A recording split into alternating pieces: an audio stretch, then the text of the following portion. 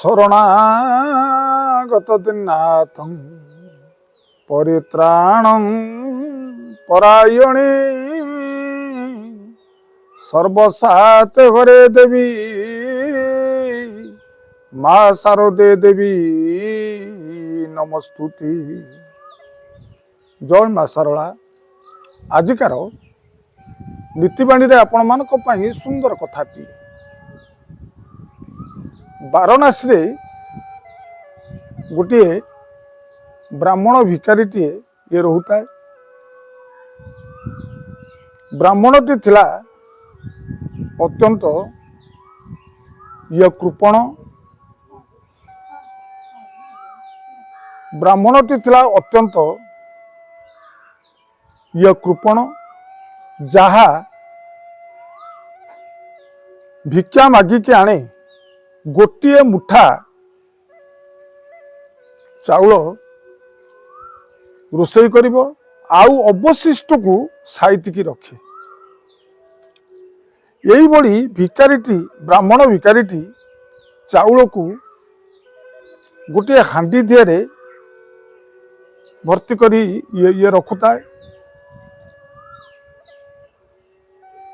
କିଛି ଦିନ ପରେ ସେଇ ଗ୍ରାମରେ ବା ସେଇ ସହରରେ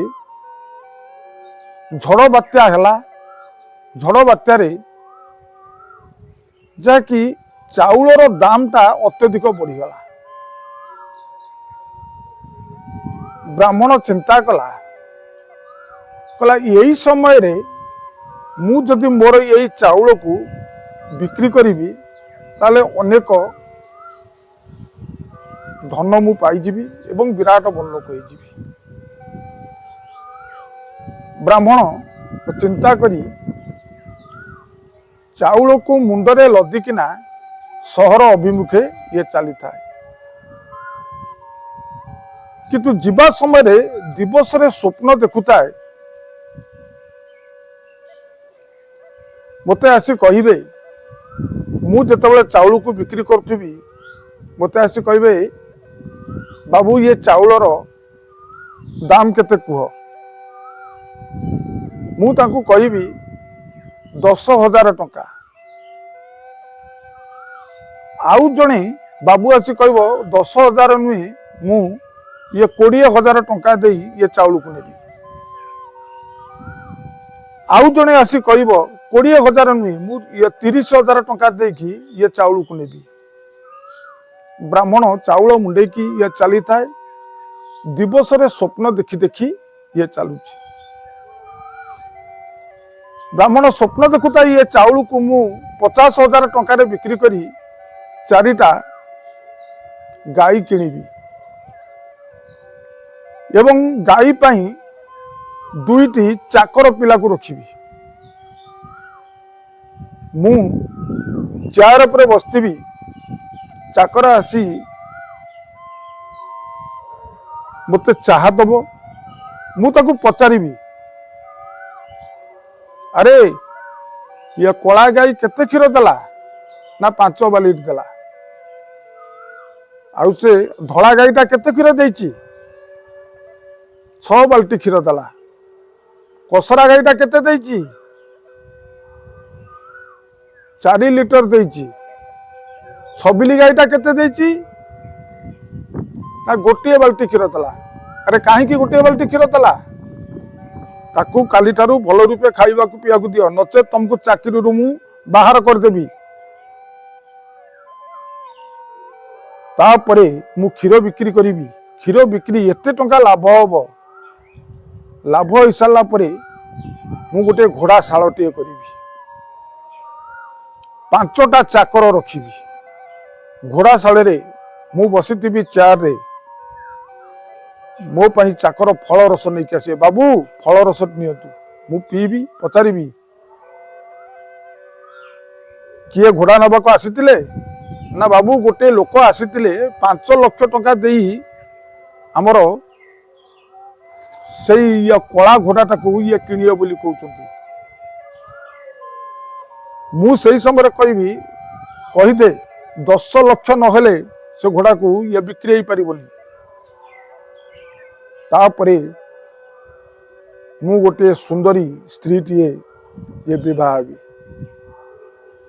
सुंदरी स्त्री विवाह सारा परे मोर पुओटे जन्म हम पुओटी बड़ हम पुओ कहब बापा मत 1000 टंका दियो मु ताकू नाही करदेवी मुंड नाही करदेवी। यही समय ब्राह्मण मुंड हलैला हांडीटी तले पड़िकिना चाउल तक सबू जाक नष्ट हो गला। ब्राह्मण सेठी स्वप्न देखा बंद हो गला। आजिकार नीतिबाणी रे आमे यही शिक्षा लाभ करिबा दिवस रे जो माने स्वप्न देखंती यही भली तार ये पराभव दिने भोगिबा को पड़े। सदा सर्वदा जी कर्म अनुसार 2 पैसा रोजगार करे से पैसा ही होची प्रकृत धन। आउ दिवस रे स्वप्न देखी मु गोटे धनी हो जीवी मु 5 माला कोठा करी हाथी उपरे बसबी ये दिवा स्वप्न को भूली जातु आज्ञा। यही भली हांडी आज सीना पड़ीगला चाउल नष्ट हो गला दिने खातर पड़ीना ये जीवन भी चली जाई पारे। एतिकी कही मोर नीतिबाणी को शेष करुच्ची किंतु मोर नीतिबाणी जदि आपण मानकु भल लागिथिबो आपण माने गोटे लाइक करिकिना सब्सक्राइब कर दियंतु अन्य मानकु शेयर करंतु समाजर मंगल हबो। आजिकार अनुचिंता घरे ठाकुरंको आगरे केतेबेले धन रखिबेनी ठाकुरंको आगरे धन रखिबेनी घरे लक्ष्मी छाड़ी जिवे। जोटी आपणकर ठाकुर घर थिबो ताका आगरे धन रखंतु। यही थिला मोर नीतिबाणी अनुचिंतार निर्जास कथा। एतिकी कही मोर नीतिबाणी को शेष करुच्ची। प्रणाम। जय जगन्नाथ।